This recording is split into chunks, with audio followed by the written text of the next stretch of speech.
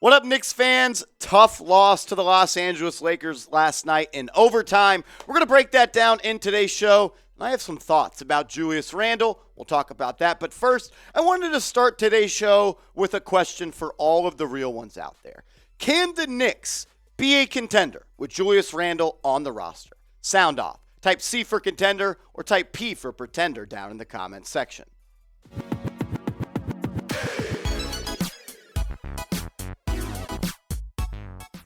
You are watching New York Knicks Now by Chat Sports. I'm your host, Marshall Green. Make sure you guys are subscribed to the channel because the NBA trade deadline is almost here, and we're going to put out videos every single day with the latest Knicks news and rumors. We have a lot to talk about in today's show. Brutal loss.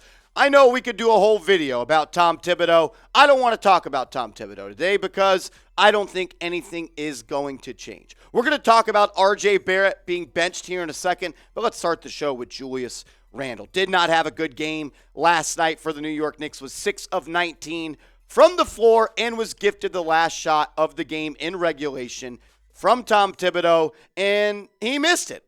Quite frankly, he didn't even miss it. He didn't even get a shot up. You had Jalen Brunson throw in the inbound pass when he carried you the whole way there. We're going to break all that down. But my opinion and my take on today's show, and I've had this take for a while, the Knicks will never be a true contender in the Eastern Conference with Julius Randle on this roster. And I have three big reasons as to why I believe that. And the first thing is, it's not even his fault. It's Tom Thibodeau's fault. Tom Thibodeau is way too loyal to Julius Randle. He's the engine to this offense. Way too loyal to Julius Randle. The last possession in regulation versus the Los Angeles Lakers last night was an absolute joke. Jalen Brunson did everything he could have possibly done to get you back into that game. Takes two charges in the fourth quarter. Strips the ball underneath the basket and got bucket after bucket. I know a lot of people are talking about Brunson's not moving the ball. He had 6 assists, and another 4 or 5 of those could have been added to that mark if they knocked down those shots. This is the picture of the last play. The Knicks had over 4.5 seconds to get the shot off. They had Jalen Brunson inbound the ball, and they passed it to Julius Randle. Thibs talked about how there were options and different ways that this play could have happened. But all I see right here is Julius Randle getting the ball on a night he was 6 of 19 from the field, trying to go hero iso ball and take on Anthony Davis and LeBron James while Jalen Brunson is standing wide open beyond the three-point arc, just begging Julius Randle to pass him the ball. It was malpractice that Jalen Brunson did not have a play drawn up for him. And more so, not even that he didn't have a play drawn up for him, it was the fact that Jalen Brunson was the one inbounding the basketball. At least give the Lakers a thought that Brunson, your best player, the guy that carried you the whole way there and made plays on both sides of the court, that got you back in the game. But no, you didn't do that. You gave the ball to Randle and said, Randle, bring us home. And that brings me to my next point. Julius Randle, and I don't mean to be disrespectful when I say this, he's just not a winner. He is not. He doesn't do the little things. But the number one sign of a winner is being able to raise your level of play when the chips are on the tables. Great players raise their level of play when the game is on the line. Randle gets worse. He's a great player for 3.5 quarters. And then some light bulb just goes off in his head in the final 5 minutes of the game, and he just forgets how to play basketball. And the stats prove that. These are his crunch time stats this year in the NBA. Crunch time stats are when there's 5 minutes or less and overtime in a game, and there's a 5-point differential in the game. You see the stats on screen. Julius Randle is last in field goal percentage of 36 players who have attempted more than 40 field goals in this time of the game. He has the third most turnovers in the league in this time of the game. He has a 13 assist to 11 turnover ratio. He shoots 42.5% from the free throw line in the clutch. And of players to shoot at least 20 free throws in this time period, he's tied for 4th worst. He's plus minus in this time frame is minus 33, which is the 18th worst in the NBA. And it's not just this year. Last year, in the clutch, Julius Randle shot 37.5% from the field,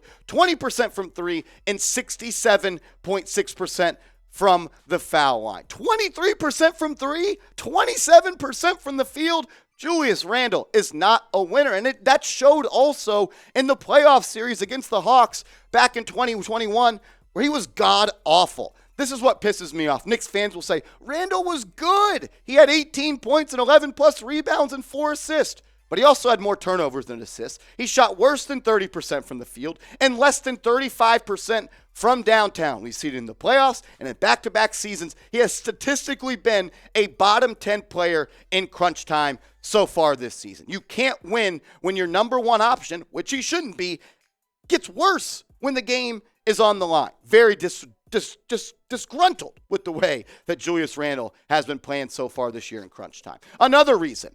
He's a subpar defender and has no lineup versatility. He can only play power forward. He can't play center. He can't play small forward. He can't switch. He has no rim protection. So you can't play him at the 5. He can't protect the rim. He's a low IQ defender. I think that's very obvious. You watch him play basketball, 0.2 and 0.4 right here kind of tie in together. Dumb fouls. Oftentimes he's fouling 90 feet away from the basket after a rebound opportunity for the other team. And this one right here is the worst. He gets lost in switches and rotations. You seek out Julius Randle as an offense, you're going to get a bucket. So you can't play the 5.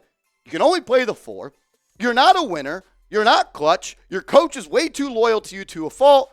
And time and time again, you are a terrible player in crunch time. I truly believe the Knicks have a ceiling with Julius Randle, and that ceiling is nothing but a team that's going to lose in the first round of the playoffs. So I think we have to ask this question at this point. I think at this point, it's almost addition by subtraction. I know Randle's having a great statistical year this year, but look beyond the numbers. Trust your eyes. Do you believe in this guy that he could be the best player on a winning team? I say no. Should the Knicks trade Randle? Type Y for yes. Type N for no. We'll talk about RJ Barrett getting benched here in a second, but first, I want to give a huge shout out to today's sponsor, that being Rocket Money. 2023, I decided I wanted to save some money. I bet you do too. Rocket Money is going to help you do that. Go to rocketmoney.com/NBA now, because Rocket Money is going to help you organize and optimize all of your finances. I love that they also will cancel your unused subscriptions with just a tap. And my favorite part is they keep track of your monthly expenses. They view all your subscriptions on one screen, so you get to see everything that you're paying for every single month. Maybe you didn't know you were paying for one subscription. Maybe you've even be double charged for a subscription. Rocket Money, they're going to help you organize that and optimize that and just let you cancel with the tap of a button, so you don't got to call someone. You don't got to go onto the website. They also monitor events that affect your credit score. I love Rocket Money because I love saving money. You're going to love them too. Go to rocketmoney.com/NBA now.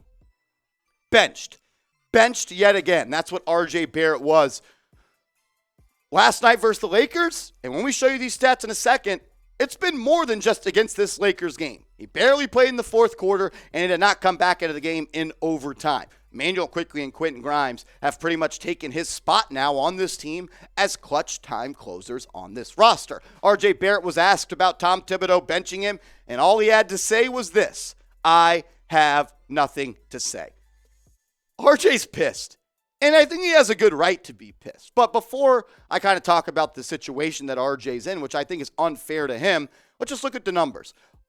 Dating back to before he got hurt against the Dallas Mavericks, look, these are his fourth quarter minutes. He played 12 minutes, 12 minutes, 12. He was a major contributor for the Knicks. But look at the last 4 games. 6 minutes against Cleveland, 9 against Boston, had that big-time shot against Boston, 7 against Brooklyn, and 5, most notably, against the Los Angeles Lakers. So you see RJ Barrett's fourth quarter minutes continue to go down since really the new year started. But on the flip side, the player that is benefiting from Randle's minutes going down is Emmanuel Quickley. Emmanuel Quickley's fourth quarter minutes are starting to skyrocket, and he has kind of been the guy that has been changed into the lineup while Barrett has been changed out of the lineup. But this isn't just a one-time thing. Robert Currents on Twitter, Knicks Tape 2005, he tweeted this out. Tom Thibodeau has benched RJ in the fourth quarter more than folks realize. Last night made the 16th time RJ did not close a non-garbage time game under Thibs. The Knicks' record in those games, 3-13 over the last 3 seasons. Benching him as the coach is right, but then you got to win. I agree with that, and I'm not saying RJ deserves to always play and close the game. But I think that he's trying to say, Tom Thibodeau, that you got to play better defense because RJ has been a bad defender so far this year. And the proof is in the pudding. Just watch the games. He's lazy. He's late to switches. His hand activity is low. And his side-to-side mobility and agility just doesn't seem to be there. And the fact is he's only 22, and we're already seeing decreases in his defensive ability. That's a problem. So I'm glad Tom Thibodeau is holding him to that expectation. You don't play defense, you're not going to play. Wish he did that for Julius Randle. But I do want to defend RJ a little bit right here. He is in a tough spot. And the tough spot I mean by this is this. One, since he got drafted, he has never been made a priority, really, for the New York Knicks. The Knicks went out and got the Morris twin, and they got Julius Randle when they traded him. The next year, it was the Randle show, and then it was the Brunson show after that. He's 22 years old, but the toughest part is, back in August, he knew, and everybody in the league knew, and Donovan Mitchell knew that the Knicks were trading R.J. Barrett. Now he's expected to come back to an environment where that environment told him, we don't want you, we don't value you, and we're going to try to trade you. And is expected to play like the elite player that some people think he can and will be. It's a tough situation for a guy like R.J. Barrett, and I'm giving him props for what he's done so far this season.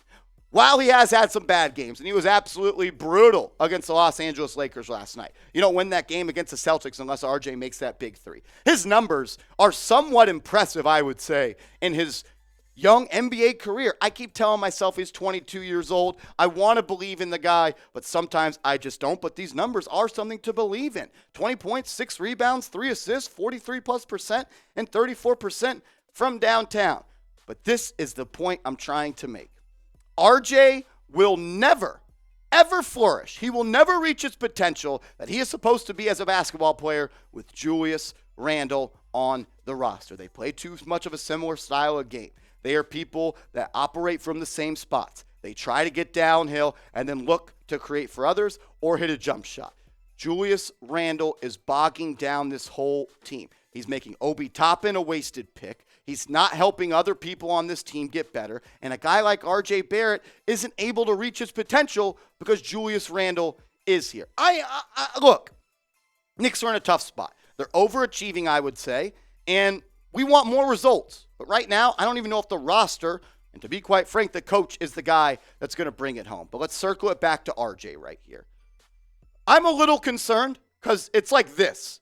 It's like this always with RJ. Really good game, really bad game. Really good game, there's never any consistency of just being a damn good hooper. So I want to ask you, what is your confidence level in RJ Barrett? Scale it for me 1 to 10. 10 being you're confident, you believe in him, you're going to go to war for him. 1 being you're not confident in him and you think the Knicks should trade him and move on from him. Scale it.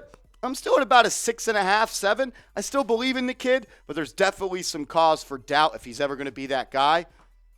I want you guys to sound off. And let me know what you think in the comments because I need someone to talk to about the Knicks after that game. You can also talk to me over on Twitter about the Knicks. Last night, look, 2 months from now, we won't remember this game, but, man, that was one of the worst regular season losses I think the Knicks have had in a really, really long time. Hit me up on Twitter at @MarshallGreen_, and let's talk some ball over there.